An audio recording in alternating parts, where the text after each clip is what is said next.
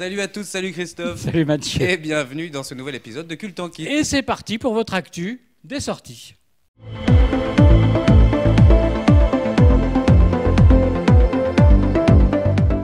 Réalisateur de La vie d'artiste, Pauline Détective ou encore de La Ritournelle, mais aussi d'épisodes de 10%, la série de France 2, Marc Fitoussi s'essaye aujourd'hui au thriller chabrolien avec ses fameuses apparences. Et oui, celle qui essaye à tout prix de conserver Karine Viard, épouse parfaite de Benjamin Biolay, fringant chef d'orchestre de l'Opéra de Vienne. Leur petite vie idyllique et luxueuse vole en éclats lorsque elle découvre qu'elle est une femme trompée avec l'instit de leur jeune fils. Vous êtes une des figures incontestées de la communauté française installée ici, à Vienne. Quelle heure est-il? Oh là là, ça passe à une vitesse ces journées. Vous êtes connue comme l'épouse de l'illustre Henri Montlibert. Elle est où ma diva? Nous, on forme une communauté, on est soudés. Et si nous arrivait quelque chose, on s'en parlerait, on s'entraiderait. Vous êtes encore pour 2 ans à Vienne? Ben oui. Mais c'est formidable! On est très contents. Oh, mais je suis folle de joie! Comment fait-on pour gérer tant de bonheur? On arrive à garder les pieds sur terre? Vous savez où est passé Henri? Je crois qu'il est allé voir les enfants.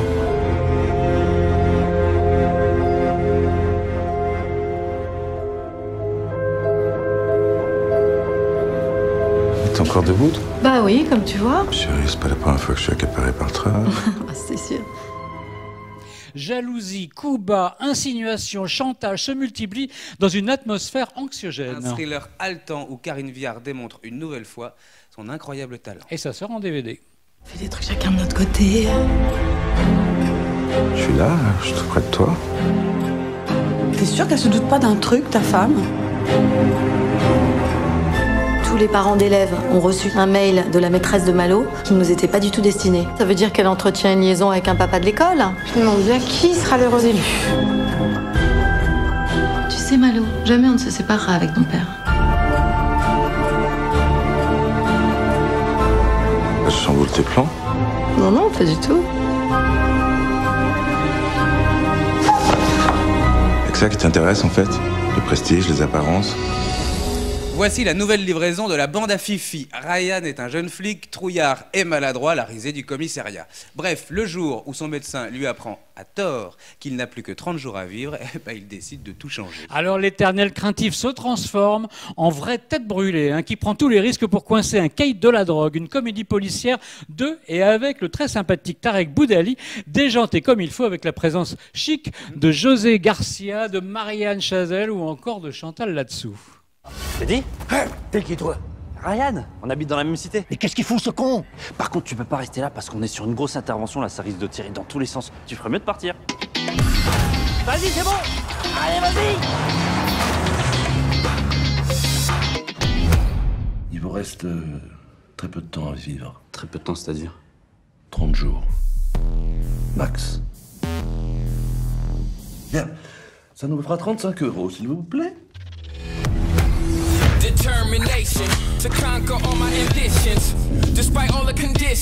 Allez, vite, il y a une prise d'otage.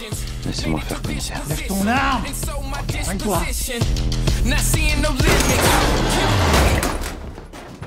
Je vais reprendre l'enquête sur Laura. Ah merde, ça. Et on a déjà une piste. L'adresse de Saint-Maurice. Encore de la paperasse.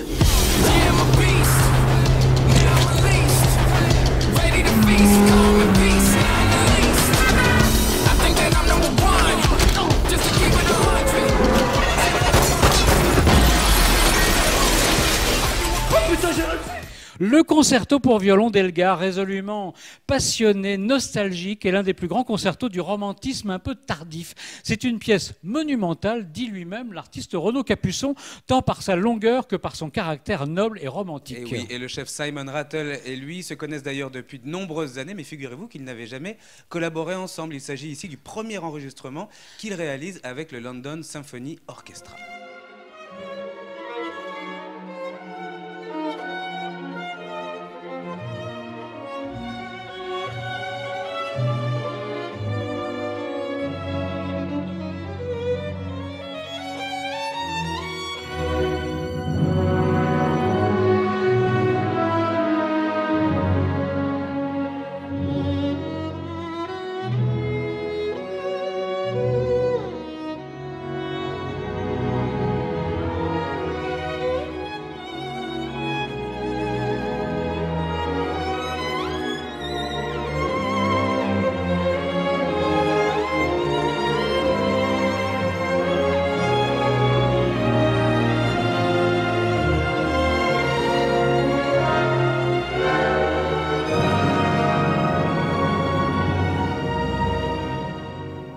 Renaud Capuçon a enregistré aussi, en complément du disque, la sonate pour violon créée en 1919 et qu'il qualifie d'œuvre de noblesse et de tendresse. Elgar, sublimé par l'archet majestueux de Capuçon, c'est un plaisir dont il ne faut absolument pas se priver. Et ça sort chez Erato.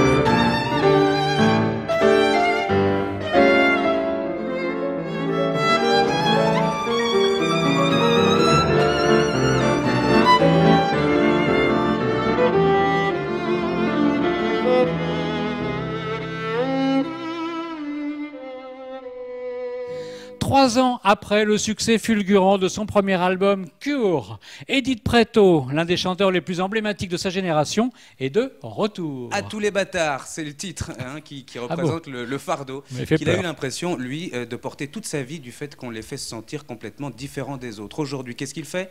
Eh ben, il en est fier et il en fait une force. Et c'est très réussi. Désolé Caroline, mais je te laisse à ton été, qui est en fait un grand hiver, beaucoup trop bien déguisé. Puis désolé ma beauté, tiens, regarde tout est fini. Mais désolé mon ami, je ne crois pas pouvoir continuer. Ah, désolé Caroline, j'ai trop de gars à aimer. Je dois visiter toutes les villes, notre nuit à déshabiller. Puis désolé Caroline, j'ai des voiles à déplier. J'ai des étoiles à recompter et des vents envoûtés. Grâce à toi, oui j'ai connu l'amitié à nous rendre fous. À cause de toi on s'est déçus. Le jour où tu as voulu tout, tu as flatté tous mes démons. Nous a rêvé un peu trop loin, on s'est retrouvés comme deux cons. Moi qui te prenais pour frangin, grâce à tes yeux bleus trop clairs, tu as détourné le bout de ma mine. Mine de rien je me suis laissé faire, assiégé comme une gamine. Tu sais j'ai des fruits à goûter, qui ne poussent pas là où tu traînes. De grands poèmes à réciter, que tu ne saurais mettre dans mes veines. Un cri de rassemblement, un album sous forme d'autobiographie où il se raconte, où il fait couler au fil des morceaux la vie de jeunes artistes en quête d'un public qu'il était. Mais oui, de ses premiers concerts sur les bateaux-mouches au Zénith, il faut le dire, ultra bondé aujourd'hui, il n'y a qu'un pas, celui du désir de ce jeune artiste de s'affirmer et d'exister. À tous les bâtards, c'est disponible depuis début avril. Quand j'étais personne, plein de petits tafs d'automne, je rêvais d'idole, je me voyais déjà en haut. Quand j'avais personne, qu'une soif qui déborde, je rêvais des tonnes, je me voyais déjà en haut. Et c'était beau, début, début, début, beau, début, début, début, beau, début, début, début, beau, début, début, début. Je découvrais Paris, je me découvre l'étranger. Viens d'où il fait gris, où on laisse tout trop laid. Les monuments crarés, emportés comme jamais. Je n'avais qu'une envie, installé sur ce pavé, à chanter toute ma vie. Pas les chansons des autres, j'en avais dans le vent. Pas du saumon le nôtre, j'attendais patiemment monter sur le trône, qu'on reprenne mes chansons. Comme je reprends vie en rose.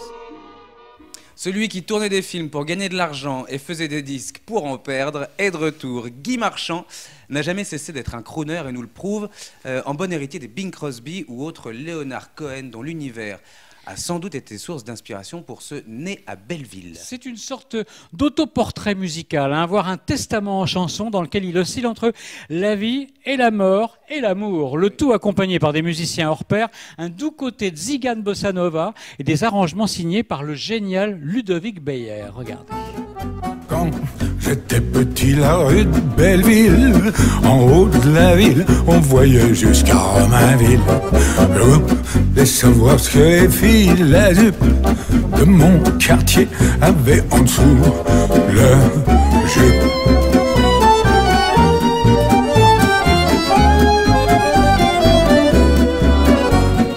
Quand j'étais petit dans mon ciné.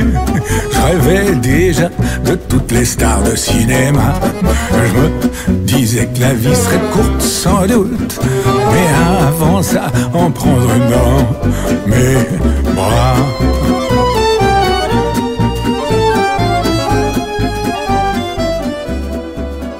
La poésie de Guy Marchand est dite et chantée à la fois, humblement et sincèrement.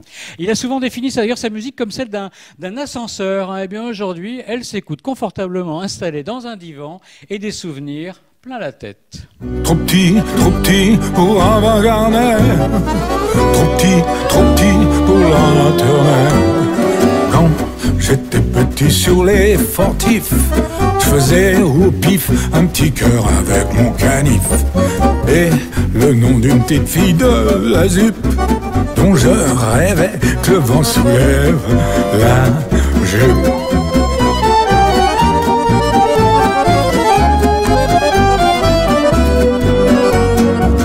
Trop petit pour avoir Gardner. Trop petit pour la maternelle.